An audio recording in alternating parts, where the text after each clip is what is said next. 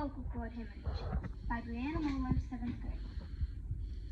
Why should you rest your vocals? The number one reason you should rest your vocals is because you will most likely damage them.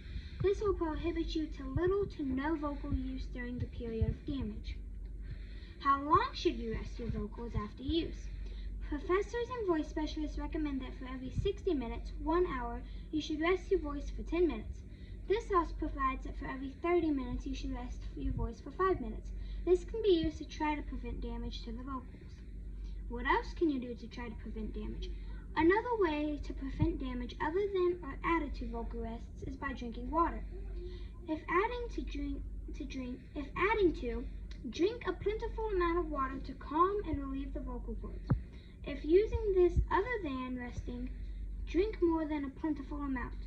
But it is recommended to use both methods. This is my works cited. Thank you.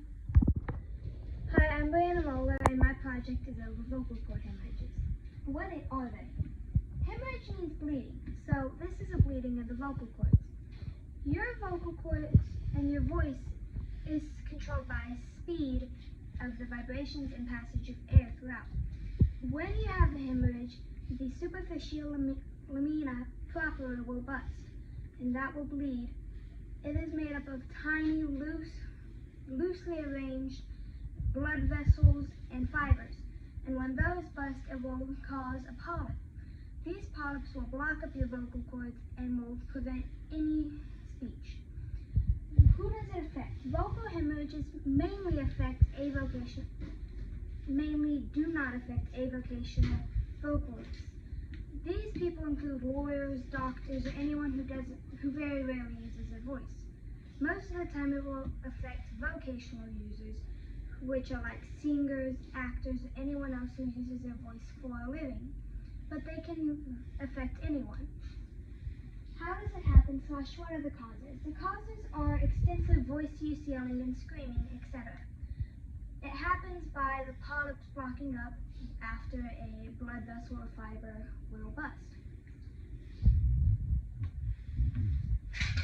Why should people know about it? People should know about it because if it's not diagnosed soon, it could lead to permanent to long-term damage, and that will possibly end your career unless you go to a laryngologist and it's done soon.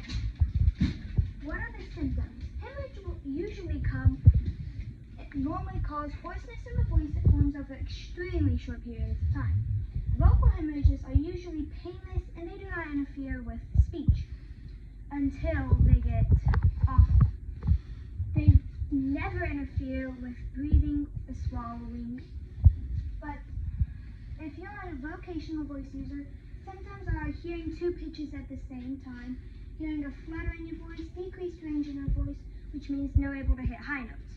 If you're a vocational voice user, you will experience tightness, pain, or discomfort in your vocal cords.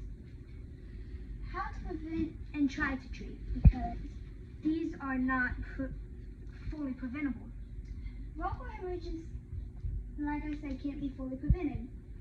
To do your best job at least trying to prevent, you can do vocal rests. After every 30 minutes of singing, after every hour of singing, have 10 minutes of vocal rest, and after every 30 minutes, have 5 minutes of vocal rest. To add on, you can use water. This will replenish and calm your vocal cords. Did you know that laryngologists have to take a large ENT class to be able to become one? ENT stands for ears, nose, and throat. Did you know when you say food/water goes down the wrong pipe? It actually does. It has got past the epiglottis. Myth: hemorrhages require surgery. True, hemorrhages rarely ever require surgery. These surgeries involve lasers. Repeated hemorrhages may necessitate a safe procedure to reduce the risk of these hemorrhages. Did you know the epiglottis is what prevents food or water from going down the windpipe? Did you know a hemorrhage can take anywhere from 7 days 7 to 10 days to fully heal if properly rested. Myth: a hemorrhage means the end of my career. Truth: when diagnosed early, hemorrhages are completely reversible and can leave no permanent injury. Early diagnosis also helps with prevention of future hemorrhages. Did you know phalanx is mostly consisted of cartilage? Did you know the only laryngologists are able to diagnose, treat, and perform a video stroboscopy to diagnose a hemorrhage? Myth: hemorrhages are not preventable, not fully preventable.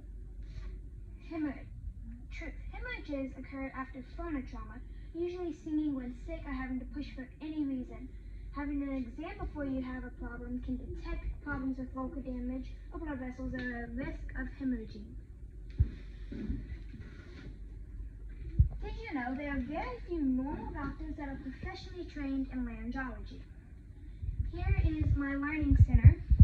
Its title is vocal cord hemorrhage, and here is a puzzle and a guide in case you need it, which shows the epiglottis, which is the cartilage, which it shows right here, your trachea, that the oxygen and carbon dioxide will go down and exit, and then your vocal cords, which are the two flaps that vibrate for you to be able to speak / sing.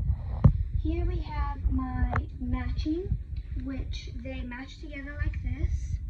These are not the matching ones, but they show, and they are backed with either a number or a letter. The number or letter does not match up with the first one. It is completely randomized. And these are my flaps. This one question is, what is a vocal cord hemorrhage? A, high-pitched vocals. B, uncontrollable singing. C, coughing. Or D, bleeding in the vocal cords. The correct answer is D, bleeding in the vocal cords. A vocal cord hemorrhage is when a bleeding occurs in the vocal areas. It can be caused by many things, but the main contributor to these hemorrhages is the overuse of your vocals. The second flap says, how severe is a vocal cord hemorrhage? A, severe. B, mild. C, medium. Or D, high. The correct answer is B, mild. A hemorrhage in the vocal cords is only mild. It does not need to be treated with extreme caution, though be sure to take some. Also, as if you take out of this, if it is diagnosed late, it may be severe and cause permanent to long-term damage. And that is my presentation on my vocal cord hemorrhages.